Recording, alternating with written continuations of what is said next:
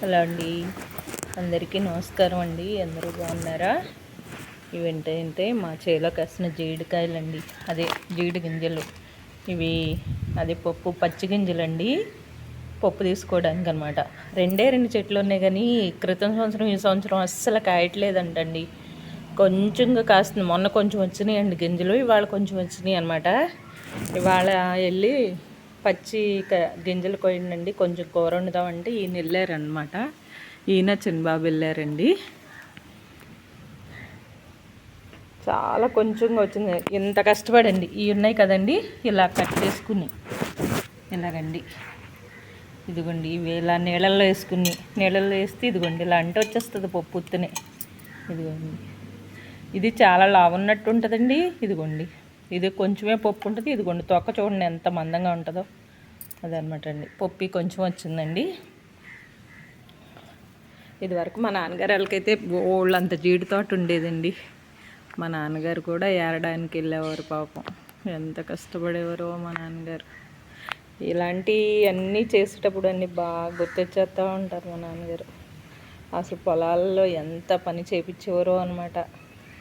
మాకు ఎక్కువ పాలేళ్ళు ఉండేవారండి. వాళ్ళకి భోజనాలు పెట్టడం, పని పాపం అలా అస్తమాటలు పనులే ఉండేవండి. ఒక మనిషి లేకపోతే ఎంత ఇదో అసలు చూస్తుంటే తెలుస్తుందండి బాబోయ్. అందుకేనండి నాకు మనుషులంటే చాలా చాలా చాలా ఇష్టం అనమాట. ఎప్పుడు ఎవరం ఎలా ఉంటామో తెలియదు కదండి. దానికోసం ఏంటేంటో జనాలు అర్థం కాదండి. నేను ఎవరితో మంచిగా ఉంటానండి. అవతల వాళ్ళు ఉన్నప్పుడు మనం కూడా అలాగే ఉండాలని, అది నేను ఎప్పుడు నేర్చుకున్నానంటే అండి 2 సంవత్సరాల నుంచే. ఇదివరకు అయితేనండి ఎవరన్నా నన్ను పలకరించకపోయినా సరే వెళ్ళి ఎలా ఉన్నారని పలకరించేదాన్ని. ఇప్పుడు వాళ్ళని చూసండి, వాళ్ళు పలకరించినప్పుడు నేను ఎందుకు పలకరించాలని నేను పలకరించట్లేదండి. అబద్ధం ఎందుకు? ఎదటి వాళ్ళని బట్టే మనము మారుతుంటామండి. ఎదటి వాళ్ళు మాట్లాడే విధానం బట్టే మనం ఉండాలని తెలుసుకున్నానండి బాగా. లేకపోతే ఇదివరకు మరీ పిచ్చిదానండి. అందరినీ పలకరిస్తూ ఉండేది. పలకరించడం నాకేమో జనాలు పిచ్చండి. ఇప్పుడు ఆ జనాలు అంటే కొంతమంది వెళ్ళండి, అందరూ కాదు. కొంతమంది పద్ధతులు చూసాక ఏంటి వాళ్ళు మన పలకరించినప్పుడు మనం ఎందుకు వాళ్ళని పలకరించాలి, అంత అవసరం ఏముందలే అనుకుంటానండి. నేను కూడా చెప్పపోదమే చేసిన పాపం అంటండి. ఏదైనా చెప్తే పోతుందంటండి. అలాగే ఇప్పుడు మా ఇంపితల్లి వచ్చాక నేను కొంచెం నాలో చాలా మార్పులు వచ్చినాయండి. లేకపోతే హాస్పిటల్ పరంగా మేము చాలా డబ్బు ఖర్చు చేస్తాం. ఆరోగ్యపరంగా నాకు చాలా ఇబ్బందులు ఉన్నాయి. ఇప్పుడు ఈ బంగారు కొండగాడు వచ్చాక ఇక వాడితే సరిపోతుందండి నాకు టైము.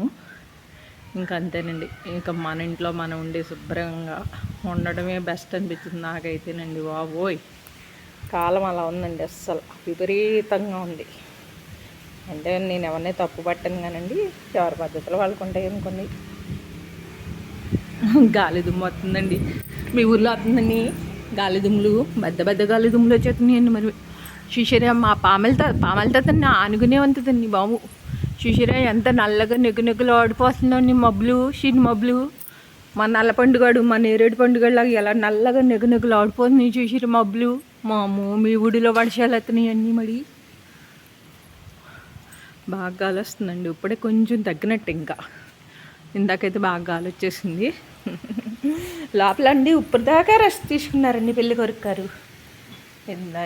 ఇది కొంచెమేనండి, తీసేస్తే అయిపోద్దండి.